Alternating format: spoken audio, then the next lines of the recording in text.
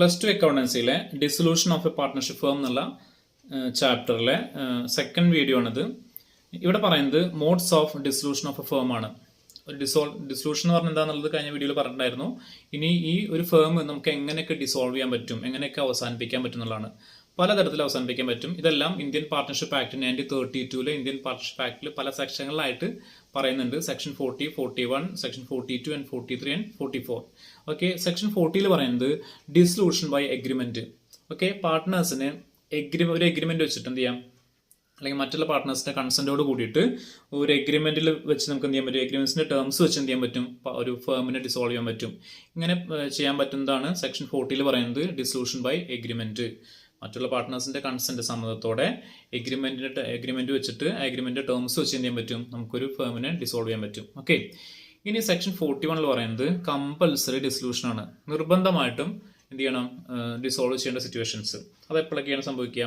ഒന്നാമത്തെ കാര്യം, നമ്മുടെ പാർട്ട്ണർഷിപ്പ് ഫേം ഒരു ഇല്ലീഗൽ ബിസിനസ് ആണ് നടത്തുന്നത് കരുതുക. ഒരിക്കലും ചെയ്യാൻ പറ്റില്ല, ഒരു ഇല്ലീഗൽ ബിസിനസിന്റെ എല്ലാം ആസ് പെർ ലോ നമുക്കിവിടെ ചെയ്യാൻ പറ്റില്ല. അപ്പോൾ ഒരു ഇല്ലീഗൽ ബിസിനസിനെ കണ്ടക്ട് ചെയ്യുമ്പോൾ കമ്പൽസറി ആയിട്ട് എന്ത് ചെയ്യണം, അങ്ങനത്തെ ഒരു പാർട്ട്ണർഷിപ്പ് ബിസിനസ് ചെയ്യണം, ഡിസോൾവ് ചെയ്യണം. ഓക്കെ, അതായത് ഇപ്പോൾ 2-3 ആൾ കൂടിയിട്ട് കഞ്ചാവിന്റെ ബിസിനസ് സ്റ്റാർട്ട് ചെയ്യുന്ന വിചാരിക്കുക. അപ്പോൾ എന്ത് ചെയ്യണം, അത് ഇല്ലീഗലാണ്. അങ്ങനത്തെ സിറ്റുവേഷൻ എന്ത് ചെയ്യണം, ആ പാർട്ട്ണർഷിപ്പ് കമ്പൽസറി ആയിട്ട് എന്ത് ചെയ്യണം, ഇല്ലാണ്ടാക്കണം, അവസാനിപ്പിക്കണം, ഡിസോൾവ് ചെയ്യണം. ഓക്കെ, അതൊരു എക്സാമ്പിൾ പറഞ്ഞു മാത്രമേ ഉള്ളൂ.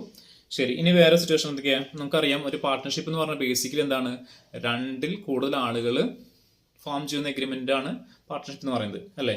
അപ്പോൾ അതിൽ 2-ൽ കൂടുതൽ ആളുകൾ ഇല്ലെങ്കിൽ എന്ത് സംഭവിക്കുക, നമുക്കത് കമ്പൽസറി എന്ത് ചെയ്യണം, ഡിസോൾവ് ചെയ്യേണ്ടി വരും. ഫോർ എക്സാമ്പിൾ, ഇപ്പോൾ ഒരു 5 പാർട്ട്നേഴ്സ് എന്ന് കരുതുക. ഈ 5 പാർട്ട്നേഴ്സിൽ 4 പേരും ഒരു ആക്സിഡന്റിൽ മരിച്ചുപോയി, ബാക്കി ഒരാൾ മാത്രമേ ഉള്ളൂ.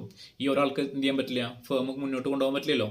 പിന്നെ ഒരു പാർട്ട്ണറെ അഡ്മിറ്റ് ചെയ്തിട്ട് വേണമെങ്കിൽ കൊണ്ടുപോകാം, പക്ഷേ അയാൾക്ക് ഒറ്റയ്ക്ക് എന്ത് ചെയ്യാൻ പറ്റില്ല, ഫേം മുന്നോട്ട് കൊണ്ടുപോകാൻ പറ്റില്ല. കാരണം അത് ഫേം ആവില്ല. ഓക്കെ, ഫേം ആവണമെങ്കിൽ എന്ത് വേണം, പാർട്ട്ണർഷിപ്പ് ഫേം ആവണമെങ്കിൽ എന്ത് വേണം, 2-ൽ അധികം ആളുകൾ വേണം. ഓക്കെ, അപ്പോൾ അതുകൊണ്ട് അങ്ങനെ ഒരാൾ ഒഴുകി ബാക്കി എല്ലാ ആളുകളും മരിച്ചു പോവുകയാണെങ്കിൽ എന്ത് ചെയ്യണം, അതൊരു അങ്ങനത്തെ സിറ്റുവേഷനിൽ കമ്പൽസറി ആയിട്ട് എന്ത് ചെയ്യണം, അത് ഡിസോൾവ് ചെയ്യണം. പാർട്ട്ണർഷിപ്പ് അവിടെ ഡിസോൾവ് ചെയ്യേണ്ടി വരും. അങ്ങനെ നമുക്ക് വേണമെങ്കിൽ എക്സാമ്പിൾ വേണമെങ്കിൽ പറയാം. ഇപ്പോൾ ഒരു പാർട്ട്ണർ ഒഴികെ ബാക്കി എല്ലാ പാർട്ട്ണർ റിട്ടയർ ആവുന്ന കേസ് അങ്ങനെ പറയാം. ലട്ടത്തിന്റെ പറഞ്ഞ പോലെ തന്നെ അങ്ങനെ തന്നെ പറയാം. ഇതൊക്കെ സിറ്റുവേഷൻസ് ആണ്. അല്ലെങ്കിൽ വേണമെങ്കിൽ ഒരു എക്സാമ്പിൾ കൂടി പറയാം. ഒരാൾ ഒഴികെ ബാക്കി എല്ലാ പാർട്ട്നേഴ്സും ഇൻസോൾവെന്റ് ആവുക, അല്ലെങ്കിൽ ഇൻസെയിൻ ആവുക. ഓക്കെ, അങ്ങനെ വരുമ്പോഴും എന്താണ്, ഐ മീൻ മെന്റൽ ഇൻകപ്പാസിറ്റി ആവുക.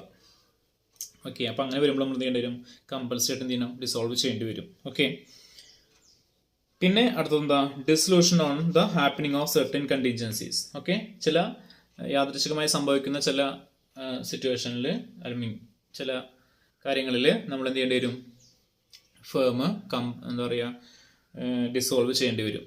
ഓക്കെ, അത് ഏതൊക്കെയാണ് സിറ്റുവേഷൻസ് നമുക്ക് വേണമെങ്കിൽ ഇങ്ങനെ പറയാം. The expiration of the term of the firm, ആ ഫേമിൻ്റെ കാലാവധി കഴിയുമ്പോൾ, അല്ലേ? അതുപോലെ ഏതെങ്കിലും പാർട്ട്ണർ മരിക്കുമ്പോൾ, ഓക്കെ, ഏതെങ്കിലും പാർട്ട്ണർ എന്താ പറയുക ഇൻസോൾവൻ്റ് ആയിട്ട് അഡ്ജുഡിക്കേഷൻ വരുമ്പോൾ, ഈ സിറ്റുവേഷനിലൊക്കെ നമ്മൾ എന്ത് ചെയ്യേണ്ടി വരും, എന്താ പറയുക, ഫേം ഡിസോൾവ് ചെയ്യേണ്ടി വരും. അതാണ് dissolution on the happening of certain contingencies എന്ന് ഉദ്ദേശിക്കുന്നത്, സെക്ഷൻ 42. അടുത്തെന്ന് പറയുന്നത് ഡിസൊല്യൂഷൻ ബൈ നോട്ടീസ്. ഓക്കെ, അതായത് നമുക്കറിയാം, ഈ ഡിസൊല്യൂഷൻ ബൈ നോട്ടീസ് എന്ന് പറയുന്നത് പാർട്ട്ണർഷിപ്പ് അറ്റ് വിൽ എന്നുള്ള ഒരു രീതിയിൽ നമുക്ക് എന്ത് ചെയ്യാൻ പറ്റും, പാർട്ട്ണർഷിപ്പ് ഫോം ചെയ്യാൻ പറ്റും, അല്ലേ? ഡിഫറെൻറ്റ് ടൈപ്സ് ഓഫ് പാർട്ട്ണർഷിപ്പുകൾ പഠിച്ചിട്ടുണ്ടായിരിക്കും. അതിൽ പാർട്ട്ണർഷിപ്പ് അറ്റ് വിൽ എന്ന് പറയുന്നത് പാർട്ട്ണർഷിപ്പ് അറ്റ് വിൽ എന്ന് പറയുന്നത് പ്രത്യേകിച്ച് ഒരു കോൺട്രാക്റ്റിൽ അല്ലെങ്കിൽ എന്താ പറയുക, അതിൻ്റെ ഡിസോൾവ് ചെയ്യുന്ന കാര്യത്തെ കുറിച്ചിട്ടോ ആ ഫേമിൻ്റെ ഡ്യൂറേഷനെ സംബന്ധിച്ചോ പ്രത്യേകിച്ച് എന്താണ് ഒരു എഗ്രിമെൻറ്റോ കോൺട്രാക്റ്റോ ഇല്ലാതെ ഫോം ചെയ്യുന്ന പാർട്ട്ണർഷിപ്പിലാണെന്ത്, പാർട്ട്ണർഷിപ്പ് അറ്റ് വിൽ. അവർക്ക് ഇഷ്ടമുള്ള സമയത്ത് എന്ത് ചെയ്യാൻ പറ്റും, അത് അവസാനിപ്പിക്കാം.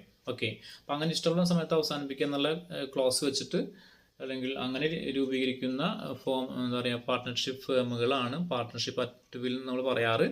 അങ്ങനെയുള്ള പാർട്ട്ണർഷിപ്പ് അറ്റ് വില്ലിൽ നമുക്ക് എന്ത് ചെയ്യാൻ പറ്റും, ഏത് പാർട്ട്ണർക്ക് എന്ത് ചെയ്യാൻ പറ്റും, അത് ഡിസോൾവ് ചെയ്യാൻ പറ്റും. എന്ത് വേണം, മറ്റുള്ള പാർട്ട്നേഴ്സിന് നോട്ടീസ് കൊടുക്കണം, മുൻകൂട്ടി അറിയിക്കാൻ വേണ്ടി വേണം, ഡിസോൾവ് ചെയ്യുകയാണെന്ന് അറിയിച്ചുകൊണ്ട് നോട്ടീസ് കൊടുത്തുകൊണ്ട് ഏതൊരു പാർട്ട്ണർക്കും മറ്റു പാർട്ട്നേഴ്സിന് നോട്ടീസ് കൊടുത്തുകൊണ്ട് ഇത് ഡിസോൾവ് ചെയ്യാൻ പറ്റും, അവസാനിപ്പിക്കാൻ പറ്റും. അതാണെന്ത് ഡിസൊല്യൂഷൻ ബൈ നോട്ടീസ് എന്ന് പറയുന്നത് സെക്ഷൻ 43 ആണ്. ഓക്കെ, ഇനി ലാസ്റ്റ് എന്താ, ഡിസൊല്യൂഷൻ ബൈ കോർട്ട്. കോടതി ചിലപ്പോൾ നമ്മൾ ഏതെങ്കിലും പാർട്ട്ണർ കോടതിയിൽ സ്യൂട്ട് കൊടുക്കുകയാണെങ്കിൽ അതിൻ്റെ ഭാഗമായിട്ട് എന്ത് ചെയ്യും, എന്താ പറയുക, കോടതി ഡിസോൾവ് ചെയ്യാൻ പറയും ഏത് പാർട്ട്ണർഷിപ്പുകൾ. ഓക്കെ, ഇപ്പോൾ ഏതെങ്കിലും പാർട്ട്ണർ അൺസൗണ്ട് മൈൻഡ് ആകുമ്പോഴോ അല്ലെങ്കിൽ അത് ഏതെങ്കിലും പാർട്ട്ണർ ഇൻകാപ്പബിൾ ആവുകയാണെങ്കിൽ, അല്ലേ, അയാളുടെ ഡ്യൂട്ടീസൊക്കെ ആ കോൺട്രാക്ട് പ്രകാരമുള്ള ഡ്യൂട്ടീസൊക്കെ പെർഫോം ചെയ്യുന്ന കാര്യത്തിൽ അയാൾ ഇൻകാപ്പബിൾ ആവുകയാണ്, ഏതെങ്കിലും പാർട്ട്ണർ ഇൻകാപ്പബിൾ ആവുകയാണെങ്കിൽ അവിടെ എന്ത് ചെയ്യാൻ പറ്റും, നമുക്ക് എന്താ പറയുക, ഫേം ഡിസോൾവ് ചെയ്യാൻ കോടതിക്ക് ഉത്തരവിടാൻ പറ്റും. Okay, yes. പിന്നെ ഏതെങ്കിലും പാർട്ട്ണർ അഗ്രിമെൻറ്റ് ബ്രീച്ച് ചെയ്യുമ്പോൾ എന്താണ്, നമുക്ക് ഫേമിനെ ഡിസോൾവ് ചെയ്യാൻ കോടതിക്ക് ഉത്തരവിടാൻ പറ്റും.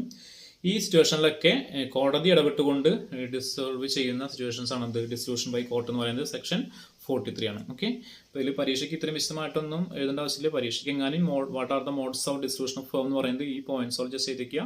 Dissolution by agreement, compulsory dissolution, dissolution on the happening of certain contingencies, dissolution by notice and dissolution by court. Okay, thank U.